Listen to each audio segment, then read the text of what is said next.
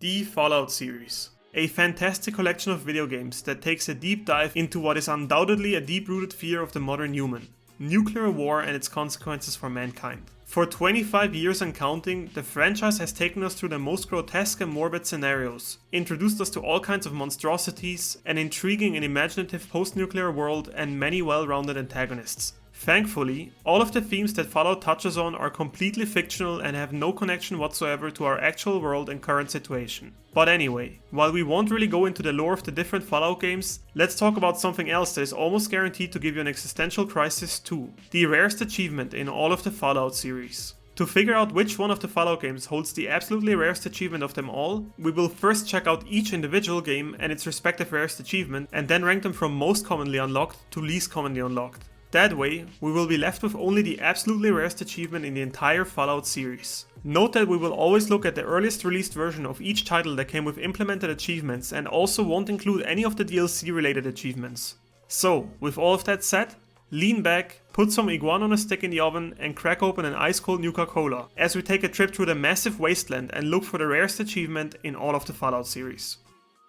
At the very beginning of our list, we have what is certainly the least popular game in the entire Fallout series: Fallout 76, with the Code Cruncher achievement and a completion rate of just 5.1%, meaning that we're already in the ultra rare achievement zone. Code Cruncher asks you to successfully hack 50 terminals. Just in case you're not familiar with how hacking works in Fallout 76, there is a minigame that starts whenever you try to access a locked computer. Lots of different words appear on the screen, which could all potentially be the required password to log onto the machine. If you click on one of them, the likeness on the bottom right of the screen indicates how close the word you clicked on is to the actual password. Depending on which PC you try to hack, the words can be relatively short and easy, or very long and complicated. From what I can tell, the hacking skill was never very popular ever since it got introduced in Fallout 3, and though there are instances where crucial information is hidden on the locked PCs, more often than not, they just act as a way to unlock a nearby safe or stash, which you could just lockpick. And not only that, but for the few times where there was actually important information on the PC, you could very often just find a note that contained the password if you thoroughly looted the environment, which in turn would also allow you to bypass the hacking minigame. Unsuccessful hacking, meaning that you guessed the password wrong 3 times in a row, used to result in the PC getting locked and ruin your chances to get the information stored in the system. But luckily, Fallout 76 is much nicer about this than the previous parts were, and will only punish you by locking the PC for a few seconds before letting you try again. On top of that, clicking certain formations of the special symbols can give you extra tries, and there are lots of different low-level terminals that you can unlock rather easily. So if you're now wondering why the completion rate for Code Cruncher is this low despite all the factors I just mentioned,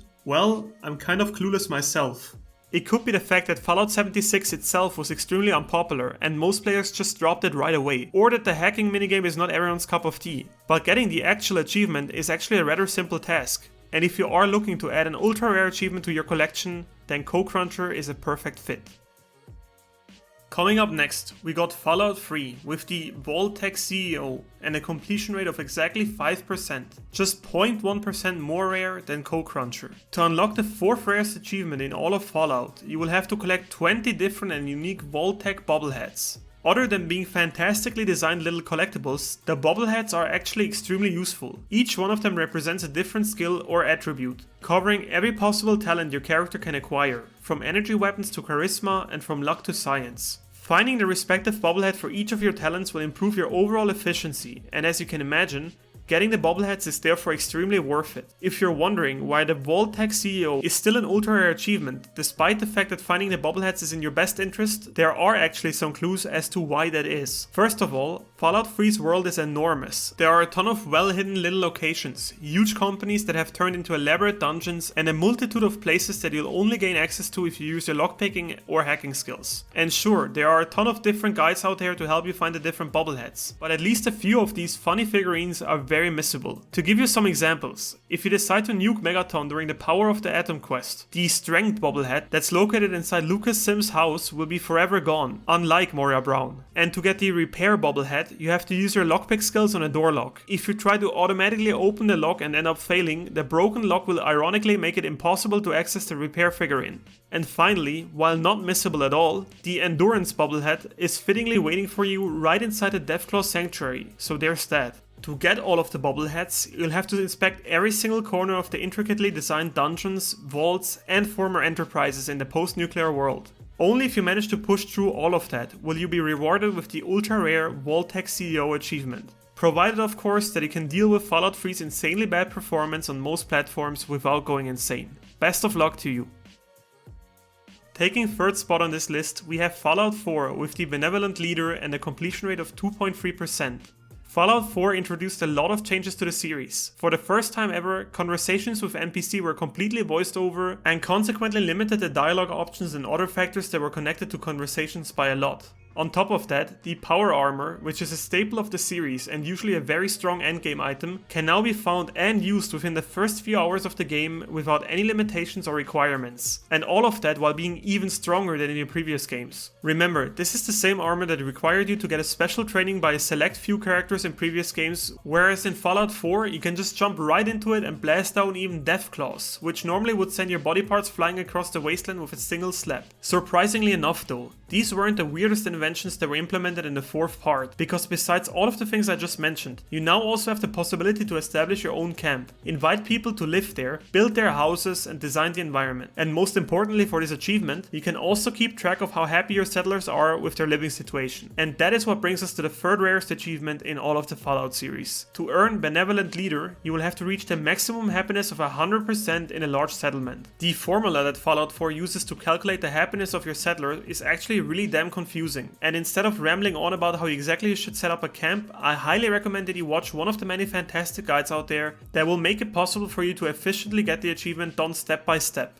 Ironically though, almost all the settlement builds that make it possible to easily earn the achievement look like some nightmarish version of The Sims. And even worse, there are a multitude of glitches that can inexplicably happen and make it much harder or even straight up impossible to ever reach those needed 100% in happiness. For instance, if you try to pull the achievement off at Sanctuary Hills, the NPC Mama Murphy may randomly decide to take up a settler spot without doing anything to benefit the settlement, which in turn will decrease her own and the overall happiness, making it way harder to unlock the Benevolent Leader achievement. There are also cases where happiness will sometimes just not increase past a certain percentage, for no apparent reason at all. It's a known glitch and may happen in all of these places. And if you think that's annoying, you'll see so many glitches which I haven't even mentioned if you look through any comment section under the many different video guides for the Benevolent Leader achievement. Meaning that even if you do everything right, there are still elements that are just completely out of your control, which could cost you the achievement. If all these things don't discourage you from going for the Benevolent Leader achievement, then I wish you an incredible amount of patience and best of luck while you pull this off. Fallout Shelter, a game that was originally designed for mobile phones and is by all means a much more casual approach to the rather grim Fallout formula, surprisingly comes in second with the fittingly named Overachieve Much achievement and an ultra rare completion rate of 1.6%. To earn it, you need to complete 100 objectives. And the objectives you have to complete can span from doing extremely simple things, such as assigning vault dwellers to different activities, to collecting bottle caps, all the way to killing Deathclaws without any weapons equipped. Meaning that if you end up with 3 rather hard tasks, such as collecting rare weapons or crafting multiple rare outfits, it's going to take you quite a while to finish those, consequently slowing down your overall progress towards the Overachieve Much achievement. Remember how I said that Fallout Shelter started off as a mobile game? Well, sadly, that really shows when it comes to this part of the game. Because while you do have the ability to skip an objective you don't like for free once a day, you'll have to use the in-game currency for skipping any further objectives you don't feel like doing. So while you can theoretically just be very patient and skip any objective that isn't to your liking, realistically, that approach will take ages to get the Overachieve Much achievement, which is probably why this achievement is so freaking rare. Honestly, the best thing you can possibly do is use your daily free reroll very wisely and avoid falling into the very effective money trap that the free-to-play game Fallout Shelter really is. It's also recommended to keep track of how many objectives you completed manually, so you know if the game glitched out on you, which has been known to happen. All in all, rather than difficult, this achievement is just very grindy, so make sure you enjoy your time as the Overseer and get those objectives done as quickly as you can. Coming in at rank 1, we have Fallout New Vegas with the Artful Pocketer achievement and once again an ultra rare completion rate of just 1.4%. To earn what is the absolutely rarest achievement in the entire Fallout series, there's just one simple thing which you need to become an absolute master at: pickpocketing. Just like hacking, pickpocketing is an extremely useful yet very underused skill, which allows you to sneak up behind any NPC you find and steal their most precious belongings without them even noticing. And as if that wasn't cool enough, you can also put items from your inventory into someone's pocket. There is even an achievement in Fallout 3 for putting an active explosive in someone's pocket without having them notice.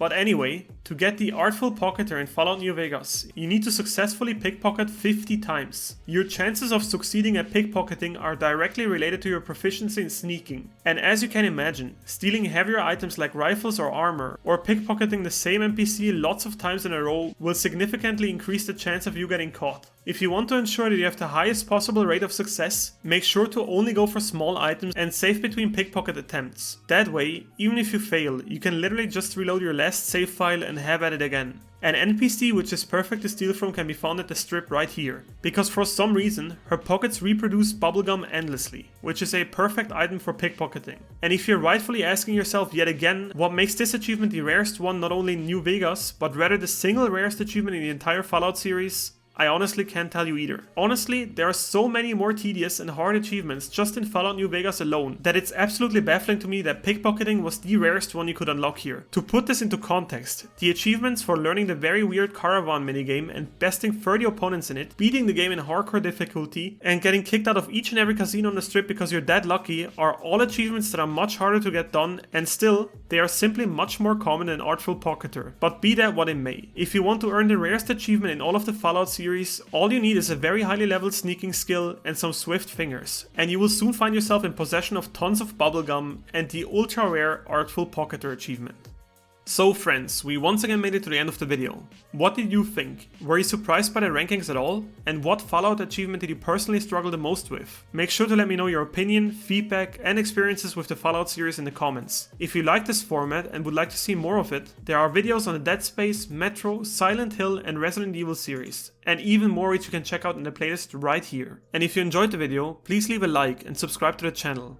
Most importantly though, and as always, thank you so much for spending your precious time by watching my content. It means the world to me. See you in the next video my friends, and be well.